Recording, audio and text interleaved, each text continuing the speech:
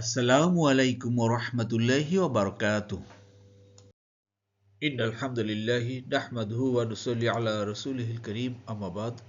আউযু বিল্লাহি মিনাশ শাইতানির রাজীম। বিসমিল্লাহির রাহমানির রাহিম।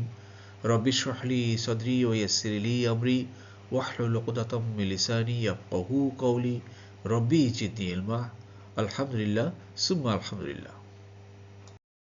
প্রিয় মোহতারাম, চলুন আজকে ক্লাস শুরু করার পূর্বে আয়াতের সরল অর্থ এক নজর দেখি। আজকে আলোচনা করব সূরা আল গাফিরের 14 এবং 15 নম্বর দুটি আয়াত। সরল অর্থ হলো, সুতরাং তোমরা আল্লাহকে ডাকো, তার উদ্দেশ্যে দিনকে একনিষ্ঠভাবে নিবেদিত করো, যদিও কাফিররা অপছন্দ করে। প্রিয় মোহতারাম, দূরের কাছের দেশে বিদেশে নতুন পুরাতন ভাই বোনেরা যারা ক্লাসে জয়েন করেছেন সবাইকে অশেষ ধন্যবাদ। শুকরান জাযাকুমুল্লাহ খায়রান। নতুন নতুন ভাই বোনেরা যারা জয়েন করেছেন আন্তরিক মোবারকবাদ। আপনারা অবশ্যই আমাদের ডিসক্রিপশন বক্সের পিছনে ক্লাসগুলো লিঙ্ক দেওয়া আছে, সেগুলো দেখুন। গ্রামার ক্লাস আছে এবং বিভিন্ন তথ্য দেওয়া আছে। চলুন শুরু করি। বিসমিল্লাহির রহমানির রহিম। ফাদ ও ফা উদু। দেখেন, ফা একটা শব্দ, সুতরাং সো ফাসাওলা কালবি কমন 7টি শব্দের ভিতরে ফা চলে আসছে। ফাদউ, সুতরাং তোমরা ডাকো। সো ইনভোক আল্লাহ, আল্লাহকে ডাকো, আল্লাহকে ডাকো। সুতরাং মুখলিসিন, একনিষ্ঠভাবে, নিবেদিত হয়ে, সিনসিয়ারলি আল্লাহকে ডাকতে হবে, সিনসিয়ারলি। যেহেতু প্রিয় বোধ আপনারা জানেন যে সেই কিয়ামতের কথা, হাসরের কথা আল্লাহ ধারাবাহিকভাবে বর্ণনা করছেন।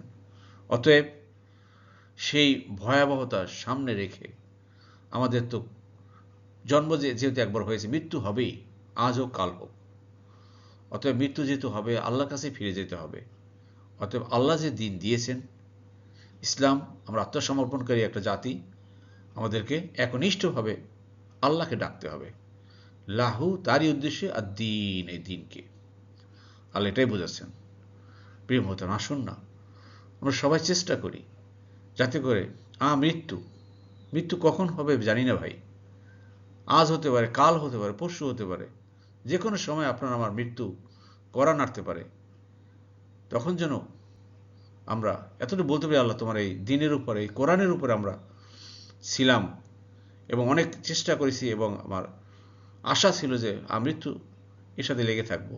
মাঝখানে যদি মৃত্যু হয়ে যায় তো আলহামদুলিল্লাহ, এটা তো বলতে পারবো। তো আসুন আমরা লেগে থাকি। আল্লাহ আমাদের সবাইকে তৌফিক দান করুন। তো আসুন আমরা একনিষ্ঠভাবে আল্লাহর ইবাদত করবো, আমরা একনিষ্ঠভাবে। এটাই কিন্তু আসল কথা, মুখলিসিন। জি, আখলাসা শব্দ থেকে আসছে। এরপর দেখুন প্রিয় প্রথম, ওয়াল্লাহ, আর যদিও, কারিহা, অপছন্দ করে, কারিহা। আমরা তো অনেকবার আলোচনা করেছি, আপনারা হয়তো জানেন যারা ক্লাস আমাদের করছেন, যে কারিহা কত নম্বর ফর্ম, কত নম্বর দল থেকে আসছে দেখলেই বোঝা যাচ্ছে। আল কাফিরুন, কাফিররা, ডিসবিলিভিটরা। দেখেন, কাফিরুন, উনা, আপনারা জানেন যে উনা, ইনা এগুলো প্লুরালে চিহ্ন। যে কাফিরুন, উনা কখন হলো? যখন কাফিররা হয়। আর যদি কাফিরিন হতো, ইনা, তাহলে হতো কাফিরদের। তাহলে বাংলা শব্দ চয়ন হতো কাফিরদের। আর যদি কাফিরুন, কাফিরগণ। আশা করি বুঝতে পেরেছেন। তো যদিও কাফিররা অপছন্দ করে, আপনি একনিষ্ঠভাবে আল্লাহকে ডাকবেন, দেখবেন যে আমরাই মুসলমানধারী, আমরা মনে করি যে আমার খাতা, আমার নামটা যে কখন কাফিরের খাতায় উঠে গেছে সেটা আমি জানি না। কিন্তু আমি বলবো যে ওই যে দেখো মোল্লা যাইতেছে, দৌড়াচ্ছে, কাউকে কাঠ মোল্লা, কাউকে এই মোল্লা, সেই মোল্লা, এভাবে আমরা ট্যাগ দিয়ে থাকি। ইসলামের পালন করতেছে, যে 5 ওয়াক্ত নামাজ পড়ে, তাকে আমরা একটা ট্যাগ দিয়ে দিই। বুঝতে পেরেছেন ভাই? যে একনিষ্ঠভাবে ইসলাম পালন করতে চায় তাকে আমরা বিভিন্ন ট্যাগ দিই। অথচ আমি জানি না, যে ট্যাগ দিচ্ছে সে জানে না যে তার নামটা কখনই আল্লাহর খাতায়, কাফিরের খাতায় নাম উঠে গেছে, সে আর মুসলমান নেই। কারণ এক মুসলমান আর এক মুসলমানকে ট্যাগ দিতে পারে না। আসলে আমরা বোঝার চেষ্টা করি, আমরা একনিষ্ঠভাবে আল্লাহকে ডাকবো, এই দিনকে আমরা পালন করবো ইনশাল্লাহ। আল্লাহ আমাদের সবাইকে তৌফিক দান করুক, আমিন। এরপর দেখুন প্রিয় মোহতারাম, আল্লাহ হোসেন, আল্লাহ সুউচ্চ মর্যাদার অধিকারী, আরশের অধিপতি, তার বান্দাদের মধ্য থেকে যার প্রতি ইচ্ছা তার আপন নির্দেশে তিনি ওহী পাঠান। যেন সে মহামিলন সম্পর্কে সতর্ক করে। জি, শব্দে শব্দে দেখুন। এই আইটের ভিতরে ফেল বা ভার্ব নেই বেগুনি কালারের, এই জন্য আলাদা করলাম না। একটু খেয়াল করুন। রফিউ, রফিউদ্দার, জাতি। আল্লাহ সুউচ্চ মর্যাদার অধিকারী। আপনারা জানেন যে জু, জি, যা, জাতা, জু অথবা জি অথবা যা অথবা জাতা, এটা কিন্তু আলাদা শব্দ। এই জু মানে কি অধিপতি, অধিকারী। আবার জাতা এটা অধিকারী, বুঝতে পেরেছেন? জু, জি, যা, জাতা যেটা আমরা। তো রফিউদ্দার, রফিউদ্দার হলেন আল্লাহ। এখানে বলছেন যে আল্লাহ হলেন সুউচ্চ মর্যাদা, সুউচ্চ মর্যাদা, processor of the highest rank যাকে বলা হয়, এক্সাল্টেড ইন র্যাঙ্ক। আল্লাহ সুউচ্চ মর্যাদার অধিকারী। জুল আরশি, আরশের অধিপতি। আল্লাহ যে সবচেয়ে বড়, আল্লাহু আকবার, এটাই আল্লাহ বুঝাচ্ছে।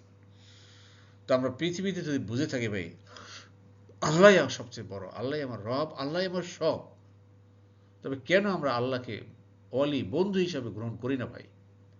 আপনার আমার যত কষ্ট বেদনা, আপনি জায়নামাজে দাঁড়িয়ে যান, আল্লাহর কাছে বলেন।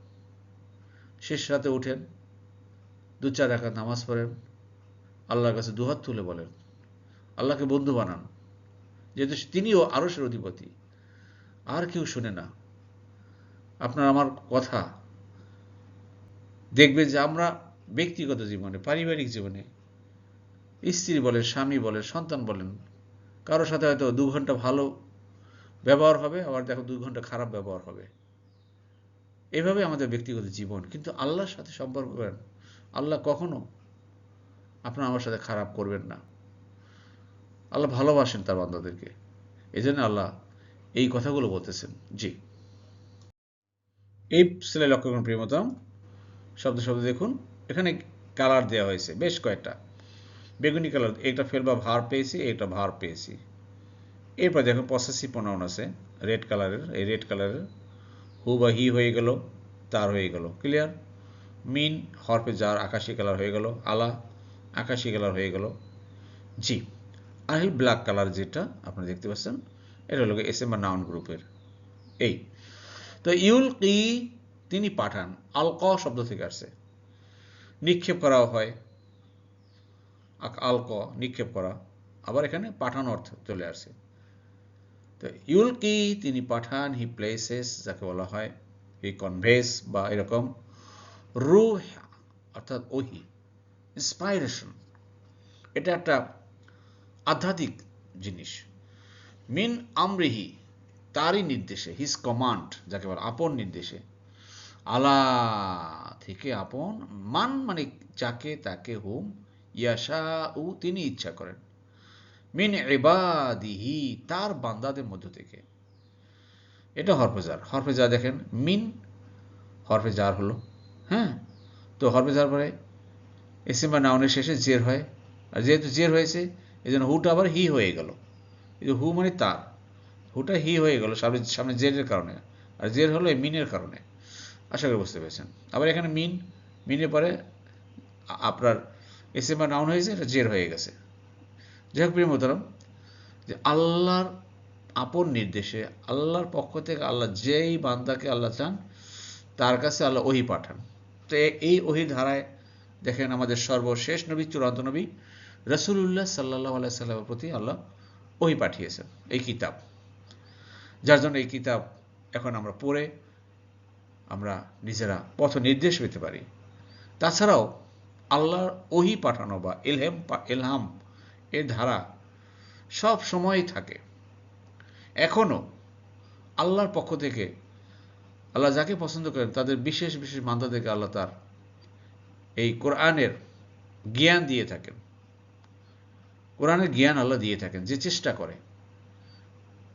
দেখেন বর্তমান পৃথিবীতে অনেক ইসলামিক স্কলাররা আছেন, তাদেরকে আল্লাহ ইসলামের জ্ঞান দিয়েছেন, এলহাম করেছেন।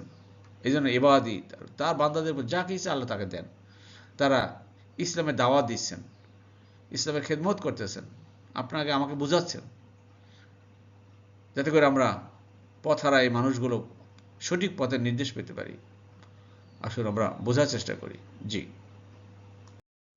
জি সেই যাদেরকে আল্লাহ এই ওহী দিয়েছেন, আল্লাহর সেই পছন্দের বান্দাদেরকে, তাদের উদ্দেশ্য কি? লি মানে যেন বা যাতে, ইউনজির সতর্ক করে, ইয়াউমাত তালাক, ইয়াউমাত তালাক মহামিলন, মহামিলন সম্পর্কে। আল্লাহু আকবার। অর্থাৎ কি? কিয়ামত সম্পর্কে। দুনিয়া ভাই থাকার জায়গা না, এখান থেকে চলে যেতে হবে সবাইকে, কেউ থাকতে পারবো না, কেউ বাঁচতে পারবো না, আজ অথবা কাল। প্রিয় মহতরম, আমাদের এই যে কোরআন ক্লাসে অনেক দিন যাবত অনেক ভাই বোনেরা জয়েন করেন, আপনারা ক্লাস করেন, এর মধ্যেও অনেক ভাই বোনরা মাঝে মাঝে হারিয়ে যাচ্ছেন, অনেকে দুনিয়াতে চলে গেছেন অলরেডি আমাদের এই কোরআন ক্লাস থেকে। আবার আমাদের অনেক কোরআন ক্লাসে অনেক ভাই বোনেরা বিভিন্ন অসুস্থতায় তারা হাসপাতালে কাতরাচ্ছেন, বিভিন্ন রোগে শোকে চলে যাচ্ছেন দুনিয়া থেকে। এই তো বাস্তবতা।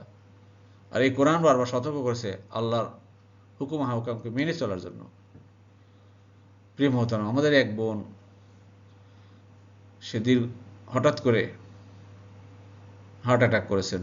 সে বিগত একদম আমাদের এই কোরআন ক্লাস শুরু থেকে প্রায় ৬-৭ বছর মনে হবে একটানা উনি লেগে আছেন, এতটা ডেডিকেটেড এই কোরআন ক্লাসে উনি। সে বোন এই গত ৩-৪ দিন আগে হার্ট অ্যাটাক করেছেন, এখন হাসপাতালে আছেন। সবাই আমরা ওনার জন্য দোয়া করব সেই বোনের জন্য। আমাদের সেই বোনের নাম সাহার বানু। আপনারা দেখবেন আমাদের কোরআন ক্লাসের এমন কোনো ক্লাস নেই যে ক্লাসে উনি কমেন্টস লেখেন না বা উনি সুন্দর সুন্দর কথা লেখেন কোরআন ক্লাস সম্পর্কে। সেই বোনটি আজকে হাসপাতালে। আমরা সবাই ওনার জন্য দোয়া করি, আল্লাহ যেন ওনাকে সুস্থ করেন দ্রুত। আমিন আমিন। জি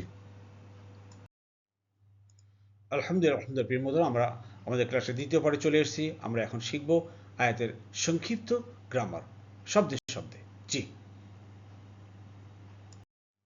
আলহামদুলিল্লাহ। প্রিয় বন্ধুরা, এই স্যারে লক্ষ্য করুন, এখানে ফাদউ মূল শব্দ হলো গিয়ে দাআ, দাআ সে ডেকেছে, ইয়াদউ সে ডাকে বা ডাকবে।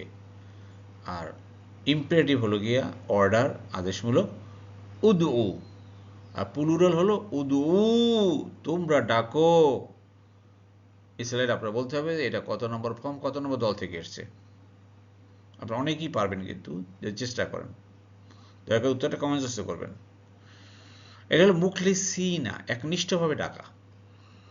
অর্থাৎ সে একনিষ্ঠভাবে ডেকেছে বা একনিষ্ঠভাবে করেছে। আখলাসা ইউখলিসু, ঠিক আছে? আখলাসা ইউখলিসু। আর যে করে তাকে বলে মুখলিস। জি, আশা করি বুঝতে পেরেছেন। এই ছিল লক্ষণ। প্রিয় মতম, একদম ভেরি কমন শব্দ। কারিহা অপছন্দ করা, কারিহা, কারিহা সে অপছন্দ করেছে। কারিহ তু আমি অপছন্দ করেছি, কারিহ তা তুমি, কারি হা সে, কারি না আমরা, কারিহ তুম তোমরা, আর কারিহু তারা। তাই কারিহা থার্ড পারসন সিঙ্গুলার। তো এখন বলো তো এটা কত নম্বর ফর্ম, কত নম্বর দল থেকে এসছে? কারিহা, মাঝখানে জের আছে, অতীতকালে মাঝখানে জের আছে কোনটায়? কত নম্বর ফর্ম, কত নম্বর দল? দয়া করে উত্তরটি কমেন্ট বক্সে করবেন। জি